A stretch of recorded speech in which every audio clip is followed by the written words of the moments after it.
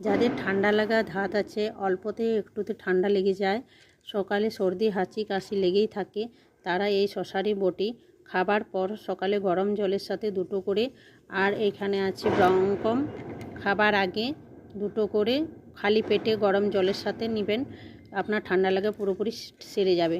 আর বাচ্চাদের জন্য শশারি প্রবাহী, এটা গরম জলের সাথে মিশিয়ে ওকে খাওয়ালে ঠান্ডা লাগা সেরে যাবে। বাজারের এখন যে কফ সিরাপগুলো হয় সেগুলোতে খুব খতরনাক পরিণাম আছে, তাই সেগুলো ব্যবহার না করে এই পতঞ্জলির মেডিসিনগুলো ব্যবহার করুন। 100% সিকিওর। আমি আমার বাচ্চাকে খাইয়েছি এবং নিজে খেয়েছি, খুব উপকার পেয়েছি। আমার ঠান্ডা লাগার নাক বন্ধর সমস্যা ছিল, নাক বন্ধ সমস্যা পর্যন্ত এগুলোতে ঠিক হয়। তার সাথে সাথে শীতকালে রোদ্দুরের মধ্যে যোগা করুন, খুব উপকার পাবেন। রোদ্দুরে বেশিক্ষণ থাকার চেষ্টা করুন, শীতে যোগা করলে অনেক বেশি উপকারে আসে। এইভাবে আপনারা পতঞ্জলির সব মেডিসিন পাওয়া যায়, পতঞ্জলি মেডিসিন থেকে আপনারা কিডনির সমস্যা, যকৃতের সমস্যা, লিভারের সমস্যা সব কিছু ঠিক করতে পারবেন। পরে আপনাদেরকে আরও অনেক মেডিসিনের খবর দেব আমি এই শর্টসের মাধ্যমে। আমার শর্টসে লাইক করুন, ফলো করুন, সাবস্ক্রাইব করুন।